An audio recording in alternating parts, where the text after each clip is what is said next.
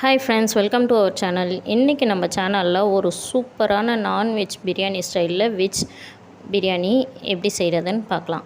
ரா jackfruit biryani இது செய்கிறதுக்கு first stove on பண்ணி ஒரு பேன் வச்சுக்கோங்க. பேன் கொஞ்சம் ஹீட் ஆனவுடனே ஒரு 4லேருந்து 5 ஸ்பூன் அளவுக்கு ஆயில் யூஸ் பண்ணிக்கோங்க. ஆயில் கொஞ்சம் நல்லா ஹீட் ஆனதுக்கப்புறம் நான் ஹோல் ஸ்பைசி கரம் மசாலா எடுத்து வச்சுருக்கேன். அதையும் ஆட் பண்ணிக்கோங்க.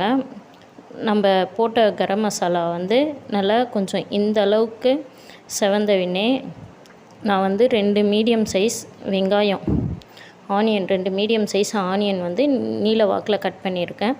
அதையும் போட்டு வெங்காயம் வதங்கிறதுக்கு தேவையான அளவுக்கு மட்டும் இப்போதைக்கு உப்பு போட்டுக்கோங்க.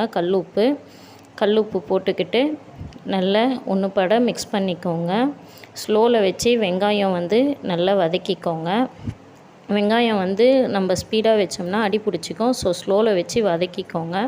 வதக்கிட்டு வெங்காயம் கொஞ்சம் இந்த அளவுக்கு வதங்கும் பொழுது ஒரு 3 பச்சை மிளகா நான் கட் பண்ணி போட்டிருக்கேன். அதையும் போட்டு நல்லா வதக்கிக்கோங்க.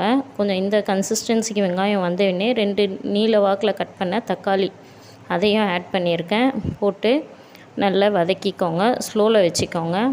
அதுக்கடுத்து வெங்காயம் தக்காளி கொஞ்சம் வதங்கினவுடனே ஒரு தட்டு போட்டு ஒரு 5 நிமிஷம் ஸ்லோவில் வச்சு மூடிக்கோங்க. கொஞ்சம் நல்லா வதங்கிடும். அது கூடவே இஞ்சி பூண்டு பேஸ்ட்டு ஒரு 2 டேபிள் ஸ்பூன் அளவுக்கு இஞ்சி பூண்டு பேஸ்ட் ஆட் பண்ணிக்கோங்க. ஒரு கைப்பிடி அளவுக்கு புதினா அதையும் ஆட் பண்ணிக்கிட்டு நல்லா வதக்கி விட்டுருங்க.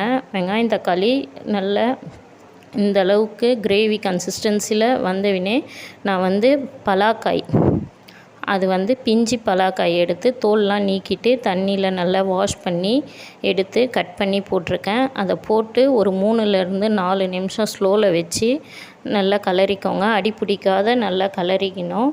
நம்ம ரெடி பண்ணி வச்சுருந்த அந்த மிக்ஸு அந்த வெங்காயம் தக்காளியும் இந்த பலாக்காவும் அந்த மசாலாலாம் நல்லா ஒன்றா ஓரளவுக்கு நல்லா மிக்ஸ் பண்ணிக்கோங்க. இந்த அளவுக்கு நல்லா மிக்ஸ் ஆனவுடனே ஸ்லோவில் வச்சுக்கோங்க. ஸ்லோவில் வச்சு அதுக்கு அடுத்து நான் பாஸ்மதி அரிசி 2 டம்ளர் எடுத்திருக்கேன். ஸோ 1க்கு 1.5 கணக்கில் மொத்தம் 3 டம்ளர் அரிசி 3 டம்ளர் தண்ணி எடுத்து அளவை ஆட் பண்ணி ஊற்றிருக்கேன். தண்ணி நல்லா இந்த பதத்துக்கு கொதிச்சேன்னு நம்ம எடுத்து வச்சிருந்த அரிசி ஊற வச்ச அரிசியை போட்டு நல்லா கலரி விட்டுக்கோங்க. கலரி விட்டுக்கிட்டு உங்களுக்கு தேவைப்பட்டால் சில்லி பவுடர் ஆட் பண்ணிக்கோங்க.